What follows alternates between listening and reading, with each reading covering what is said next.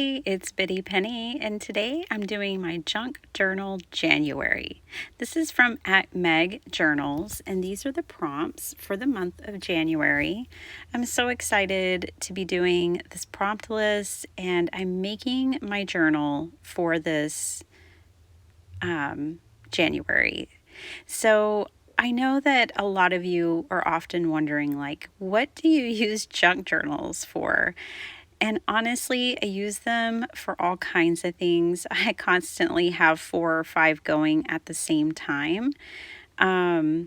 So this one is made specifically for this challenge. What I'm doing right now is deconstructing this book. I think I got it for like 10 cents at my local thrift shop, and I am completely taking the spine out because the spine was less than half an inch. And so that would really never serve me all that well for a junk journal. I mean, if I wanted to make a really small one, which I could, but I really just wanted to use the covers for this journal. But then I also wanted the paper because I love buying books that I know don't have offensive content. So I'm excited to also use every page that I cut out of this book for ephemera and other stuff. All right, I am cutting down some paper. This is from Jen Hadfield, and I found it at my local Joann's. I only bought 2 sheets of paper. I was so proud of myself. So this was in their open stock. And I just really loved these, and I had gotten them the same day I made this journal, so I just decided to use them both. Just cut them up and use them right away. Don't get too attached, right? So one has cranes, which I've always loved cranes, and then the other has koi fish, which I've always liked too. So I think the two go well together. And I used my right angle tool to get a clean corner for my fold. So I'm going to lay my book here, and then I'm just going to fold up the edges. Now I'm training my paper before I add glue or anything, just so it knows the plan, right? And now I'm adding my PVA glue, and I'm actually going to use this spatula for spreading it. Y'all know I never use a paintbrush. I usually use the silicone makeup brushes, but I couldn't find mine, and this paddle works great too. I know some of y'all sometimes have a hard time when you go to look for those silicone brushes, so I thought, well, this would give y'all another alternative. I'm using my cherry on top 5/8 inch double stick tape. I think they make the best double stick. That stuff's not going anywhere tape. So, my front cover is glued, and then now I'm taping these pages on, and I know that this tape is made to last. And look at how clean this is, just lovely. Now I'm bringing in my pages. So this page on the left that's blank is my mixed media paper that I like to paint on. Then I had some calligraphy sheets. I had the spare scraps, so that's the koi scraps. I decided to incorporate those inside of the journal since they were the covers, and so I thought that was nice, cohesive. I love that they're double-sided. So I kind of just kept going. At this point, I'm not really worried about my page count. Like, this journal only needs to be used for 1 month. And so I know I don't need to be excessive. I'm making an accordion journal. So now I have one continuous roll of paper or sheet of paper. I'm going to show y'all. Here's what it kind of looks like when it's all rolled up. And now I'll show you how I'm going to attach it to my covers. So I'm laying it down on my cover, and I don't want it to be all the way to the edges. Like, I want it to be folded so it's a little shorter than the edges. I'm not giving you guys measurements today because this really just depends on the book and the size that you're using. If you don't want to deconstruct a book, I completely respect and understand that. You could just use like cereal board and do this technique. You could use, you could recycle shipping boxes if you have any Amazon or other shipping boxes laying around after Christmas. You could use those to make your covers. So, you don't have to deconstruct a book. All right, I have all my pages folded now, and now I need to attach them to my journal. This little bit was just left over. I decided that the solid reinforcement of having that on there was better than cutting it off, so I just glued it to that first page. So this page is the one that's going to be attached to the cover of my book. So I'm putting all my adhesive on there. I'm lining it up within the covers, and then I line my top cover up. And that's just how I chose to do this, and it worked beautifully. And now I need to do my back cover. But first, I'm going to add some sari silk. I want a closure since this is an accordion journal. They can get out of hand kind of quickly if they don't have a closure. So I'm putting this ribbon down. You can tell I'm really reinforcing it. And I'm also adding this tape over the seams of the paper, kind of reinforcing everything all at the same time. Then I'm being super excessive. I am my father's daughter, and I am adding white glue everywhere.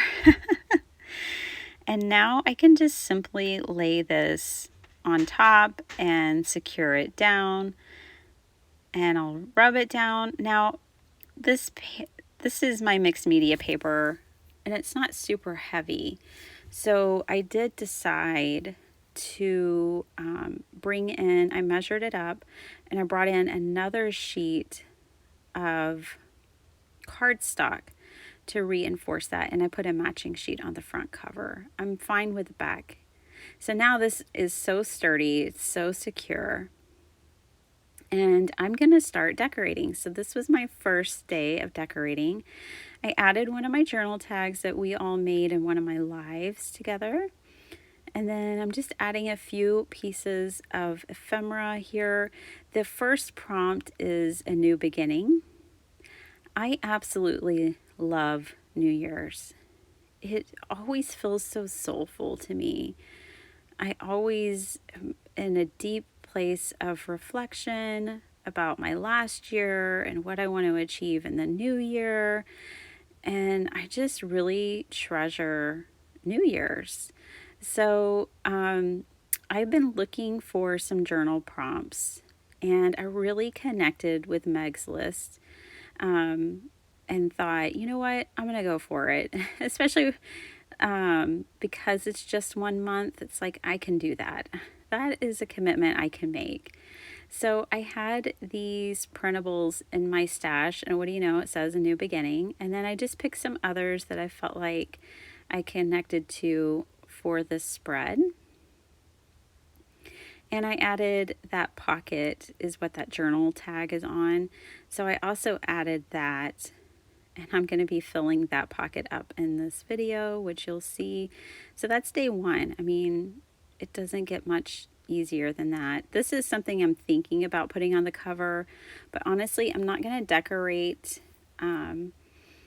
the cover of my journal until later on. That gives me time to really think. This is day two. And day two, I wanted to acknowledge the way that we spent New Year's Day together as a family. And so day two's beginnings is like the little things, I believe.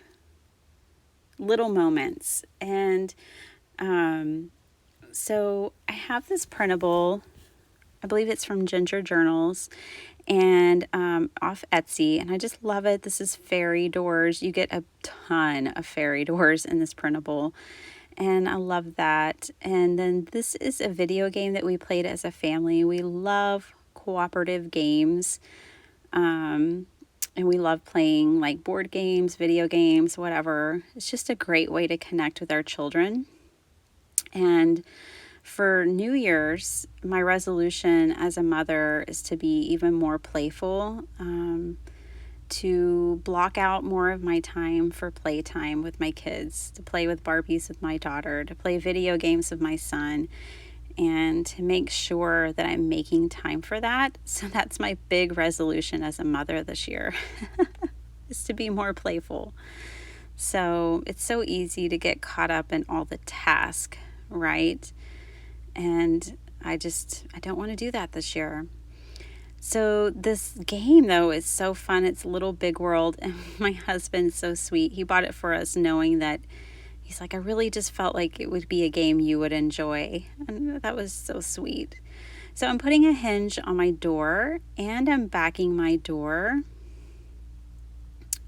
with this cardstock that when it opens, it's decorated and lovely, just like the front.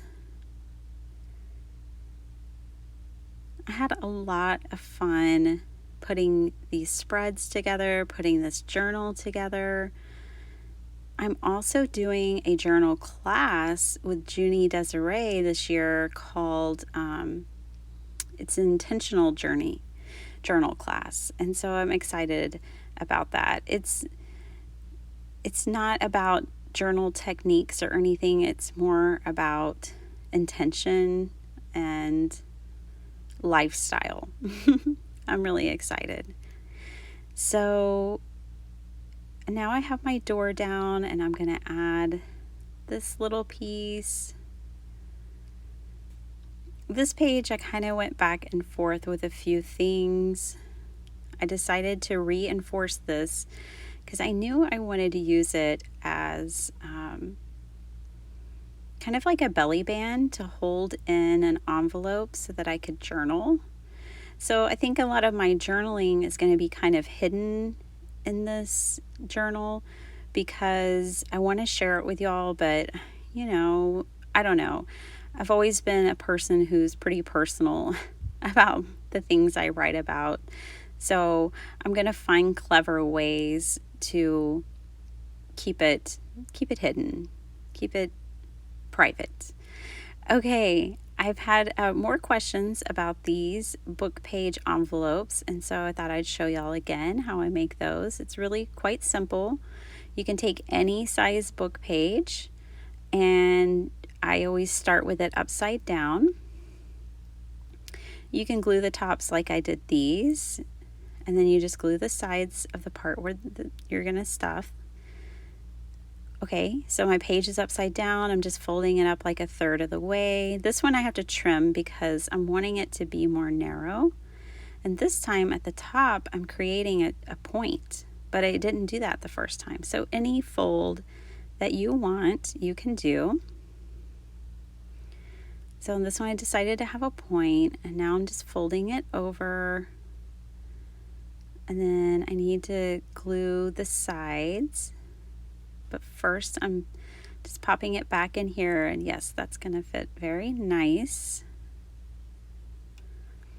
I had colored up this little window. This was a printable from Angie Bloom, and so I just colored that up with my alcohol markers. And now I'm bringing in fabric. I'm just going to staple that onto my envelope, keeping it simple. This is just for me. So what I decided to do is I'm probably not going to journal every day. I just know me, and that's not really my mode right now. I have a lot going on. So I'm going to combine some of my prompts into one page. Oh, see that fruit bowl? The top left, that means I was making this at night and my hubby brought me fruit. It's so sweet. So, yeah, I'm just going to combine some of the prompts and get through the month and fill up this book, but it may not be like one every day. So I journaled on back of the card. I used scraps, and then I got my most favorite collection of ephemera of all time. This is Splendor by My Mind's Eye. If I could have bucket loads of this, I most certainly would. I decided I'm going to try and use up all of my favorite ephemera of all time in this journal. I mean, I love it that much. So I figured, why not have one place for it all to live permanently? So I'm packing that pocket full of this ephemera. I decided to put a little on the front pocket. And then I had this rainbow sticker, and I don't know where it came from. It was just so random. And I thought I wanted it in there, and I go so far as to stick it down and change my mind. So it just really wasn't fitting for me. And then I had made the decision, I was going to use all that ephemera. So I actually end up pulling that up ever so carefully.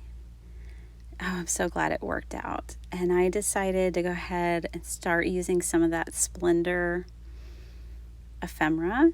And I used this little frame that's from the ephemera kit, that cuckoo clock. I grew up with a cuckoo clock in the house. My mom had one. She still has one. I love that thing so much. And so I had to put a cuckoo clock on the wall. And I really wanted this beautiful flower and leaves to pop out from a side of that door and fill in this page. This page was just filling a little blank for me still.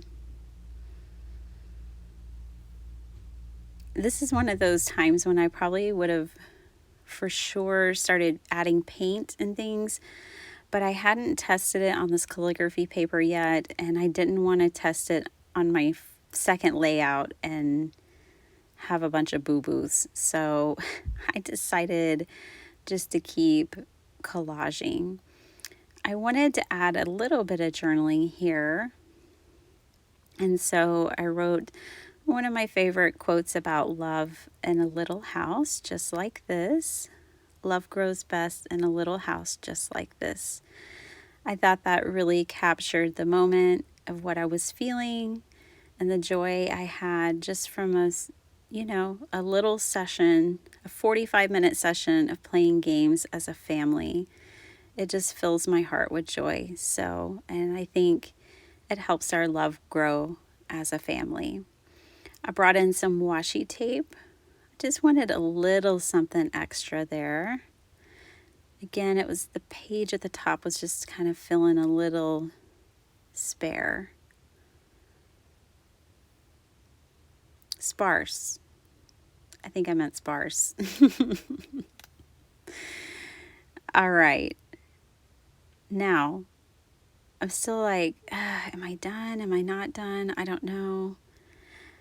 So I bring in these little planet stickers, and I know one of the prompts is sticker, so that'll be cool. Fabric was one, sticker, little moments. In my house, this is a house with faith, and so I have crosses in different places around the house, so I needed a cross in my journal house too. And that finished it up, that spread. So I have the first couple of days done. I have my journal done. I'm feeling so accomplished and happy and excited. And I love journaling on these accordion pages. I'm sure, especially once I start painting with my gouache and acrylic paint and watercolors, I'm really gonna love this accordion layout. It's fun because you can pull it and stretch it out, or you can just turn it like book pages. So here's my little envelope, and I just put a little piece of ephemera and wrote on it. And I can tuck that in if I wanted to, but I decided not to. I just closed it up. And I just love all the little pieces. This journal's just for me, just a little something to bring me happiness and joy and record the little moments of this month. You guys, I would definitely encourage you to follow Meg Journals. Lots of junk journalers are doing this challenge, and I'm sure you could find a lot of inspiration. I'm really excited. I'm enjoying it, and I just really wanted to share it with you. Thanks so much for watching. I hope you guys have a great day, and I'll see you next time. Bye.